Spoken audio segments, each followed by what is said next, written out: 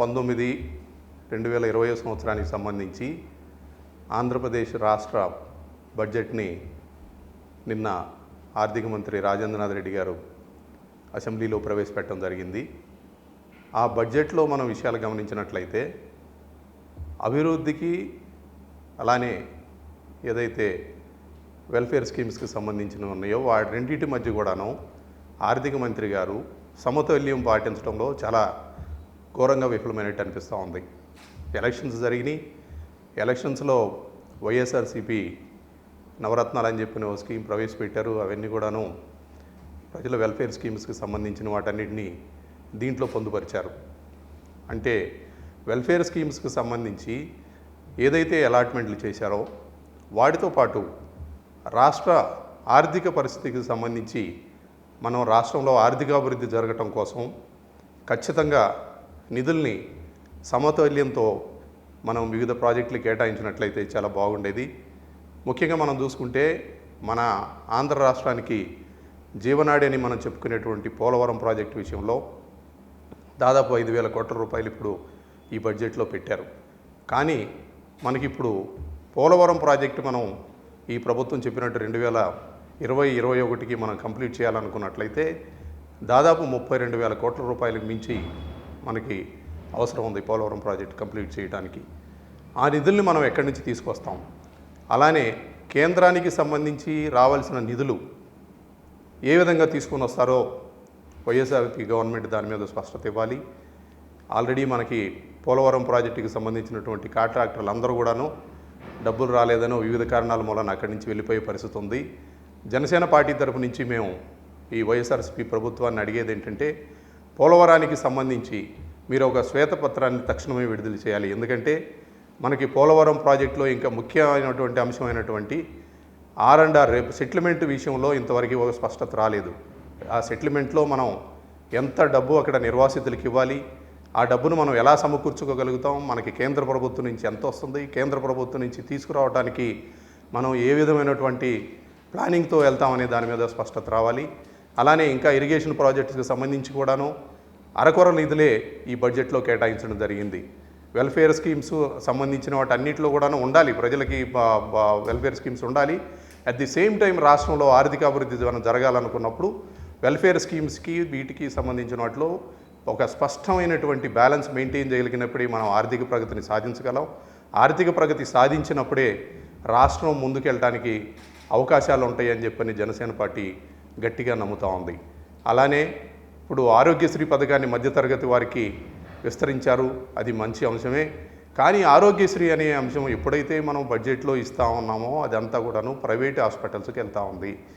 ప్రభుత్వానికి సంబంధించినటువంటి జిల్లా ఆసుపత్రులు ఏదైతే ఉన్నాయో లాంగ్ టర్మ్లో పబ్లిక్ హెల్త్ అనే దాన్ని ప్రభుత్వం చేపట్టాలి అని చెప్పని మనం అనుకున్నప్పుడు ప్రతి సంవత్సరం కూడా 1,000 కోట్ల రూపాయలు ప్రైవేట్ ఆసుపత్రులకి మనం ఇచ్చే బదులు ప్రభుత్వంలో ఉన్నటువంటి హాస్పిటల్స్కి బేసిక్ ఇన్ఫ్రాస్ట్రక్చర్ ప్రొవైడ్ చేసుకోవటం, అక్కడ మనం కావాల్సినటువంటి డాక్టర్లని నియమించుకోవటం, అక్కడ వైద్య కళాశాలని ఆ ప్రభుత్వ హాస్పిటల్స్ చేయటమే వాటన్నిటికి కూడా కానీ మనం అనుసంధానం చేసుకోగలిగినట్లయితే మనం ఇంకెక్కువ మెడికల్ కాలేజీలు తెచ్చుకోవడానికి ఉంటుంది. దీని మీద దృష్టి పెట్టి ప్రభుత్వ పరంగా వైద్యం మీద ఇంకా నిధులు కేటాయిస్తే బాగుంటుందని చెప్పని జనసేన పార్టీ తరపు నుంచి మేము ఈ ప్రభుత్వాన్ని అడుగుతూనే ఉన్నాం. అలానే ప్రతి స్కీము ఏదైతే ఉన్నాయో ప్రభుత్వాలు మారిన ప్రతిసారి కూడాను ప్రభుత్వ స్కీములు పేరు మారుస్తూ ఉన్నారు. అంటే తెలుగుదేశం ప్రభుత్వం ఉన్నప్పుడు ఆయన ఏదో చంద్రన్న బాబు పథకం అని చెప్పని, లేకపోతే ఎన్టీఆర్ పథకం అని చెప్పని అన్నిటినీ, అంటే ఈ రాష్ట్రంలో ఎవరైతే అధికారంలో ఉన్నారో వారికి సంబంధించిన వాళ్ళే ఈ రాష్ట్ర అభివృద్ధి కోసం లేకపోతే ఈ రాష్ట్రం కోసం త్యాగం చేశారా? అలానే ఇప్పుడు వైఎస్ఆర్సీపీ ప్రభుత్వం వచ్చేటప్పటికి అన్నిటికి కూడా వైఎస్ఆర్ పేరు మీద పెట్టుకున్నారు. ఈ దేశం కోసం ఈ రాష్ట్రం కోసం త్యాగాలు చేసిన వాళ్ళు ఉన్నారు, ఈ రాష్ట్ర అభివృద్ధి కోసం పాటుపడిన వాళ్ళు ఉన్నారు, ఈ దేశ సమగ్రత కోసం పోరాటం చేసిన వాళ్ళు ఉన్నారు. వాళ్ళందరి పేరు మీద కూడా కొన్ని స్కీములు పెట్టినట్లయితే బాగుండేదని చెప్పని మేము జనసేన పార్టీ తరపు నుంచి ఈ ప్రభుత్వానికి సూచన తెలియజేస్తూ ఉన్నాం. దీన్ని ఫాలో అయ్యి మీరు ఈ రాష్ట్ర అభివృద్ధి కోసం ఈ రాష్ట్రంలో దేశంలో ఉన్నటువంటి త్యాగమూర్తుల పేర్లు కూడా కొన్ని పథకాలైనా సరే మీరు పెట్టమని చెప్పని జనసేన పార్టీ తరపు నుంచి మేము ఈ ప్రభుత్వాన్ని రిక్వెస్ట్ చేస్తూ ఉన్నాం.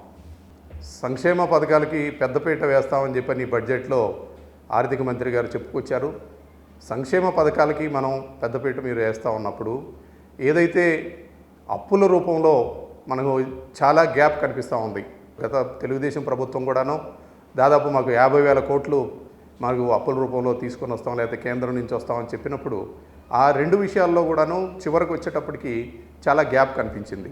అలానే ఈసారి కూడాను సంక్షేమ పథకాల మీద ఏదైతే వీళ్ళు చెప్తా ఉన్నారో రైతులకు సంబంధించి 0 వడ్డీకి వాళ్ళకి రుణాలు ఇస్తామని చెప్పుకొచ్చారు. కానీ బడ్జెట్లో వచ్చేటప్పటికి మా కేటాయింపు జరిగేసరికి 100 కోట్లు వచ్చినాయి. అంటే మీరు ఈ రాష్ట్రంలో ప్రాథమికంగా వ్యవసాయం మీద రైతులు ఆధారపడి ఉన్నారు. ఈ సంవత్సరం కరువు పరిస్థితులు కనిపిస్తూ ఉన్నాయి. రైతులకు సకాలంలో విత్తనాలు అందించలేకపోయాం. ఇలాంటి పరిస్థితుల్లో ప్రాథమికంగా వ్యవసాయం మీద ఆధారపడినటువంటి రాష్ట్ర జనాభా ఉన్న రాష్ట్రంలో 100 కోట్లతో ఏ విధంగా మీరు రైతులకి సంక్షేమ పథకాల్లో పెడతారు 0 వడ్డీ రూపంలో? దాన్ని దాదాపు ఒక 5,000 కోట్ల రూపాయలైనా సరే ఈ రైతు సంక్షేమ పథకాలు కేటాయించినట్లయితే, రైతుకు 0 వడ్డీలు కేటాయించినట్లయితే ప్రస్తుతం ఉన్న పరిస్థితుల్లో ఈ రాష్ట్రంలో ఉన్న రైతులకు ఉపయోగపడుతుందని చెప్పని జనసేన పార్టీ తరపు నుంచి మా ప్రగాఢ విశ్వాసం. మేము ఈ ప్రభుత్వాన్ని అడుగుతున్నాం, ఇప్పుడైనా సరే మీరు అసెంబ్లీలో బడ్జెట్ ఆమోదించుకోబోయే ముందు రాష్ట్రంలో రైతులు ప్రస్తుతం ఉన్నటువంటి కరువు పరిస్థితులు, వర్షాభావ పరిస్థితులు, విత్తనాలు కూడా దొరకని పరిస్థితులు ఉన్నాయి కాబట్టి మీరు ఆ 100 కోట్లు ఏదైతే రైతులకు 0 వడ్డీ రుణం అని చెప్పని మీరు చెప్తా ఉన్నారో దాన్ని ఒక 5,000 కోట్ల రూపాయలకైనా పెంచితే కానీ రైతులు ఈ రాష్ట్రంలో వ్యవసాయం చేసుకునే పరిస్థితి రాదని చెప్తా ఉన్నాం. ఓవరాల్గా ఈ బడ్జెట్ మీద చూసినట్లయితే ప్రభుత్వానికి సంబంధించి వచ్చే రాబడి కానివ్వండి, కేంద్ర ప్రభుత్వం నుంచి వచ్చే నిధులు కానివ్వండి, అలానే అప్పుల రూపేణా వీళ్ళు తీసుకొచ్చే విధానం వాటికి చూసుకున్నట్లయితే పొందన కనిపించట్లేదు. ఎందుకంటే గత ప్రభుత్వాలు కూడాను అప్పులు ఏదో ఒక 50,000 కోట్లు వస్తాయని చెప్పిన వాళ్ళు అనుకున్నప్పుడు ఒక 20,000 కోట్లే తెచ్చుకోగలిగారు. అలానే కేంద్రం నుంచి నిధులు ఎంతో వస్తాయని చెప్పినట్టు వాటిలో గ్యాప్ కనిపించింది. మనం ఇప్పుడు ఈ సంక్షేమ పథకాలకు కానివ్వండి, లేకపోతే అభివృద్ధి పథకాలకు కానీ సంబంధించి ఎక్కడైతే ఒక స్పష్టత కనిపించట్లేదు ఈ బడ్జెట్లో. ఎంత మీకు ఓవరాల్గా మనకి ఎంత ఖర్చు అవుతుంది, మనకి కేంద్రం నుంచి ఏమొస్తుంది, అలానే అప్పుల రూపాయన ఎంత తీసుకుంటాం, వీటిలో మనం సమతుల్యం కనుక మనం పాటించినప్పుడు మనం అభివృద్ధి కోసం ఏదైతే ఈ బడ్జెట్లు మనం ప్రవేశపెట్టుకున్నామో వాటిని మనం సాధించడంలో విఫలమవుతాము.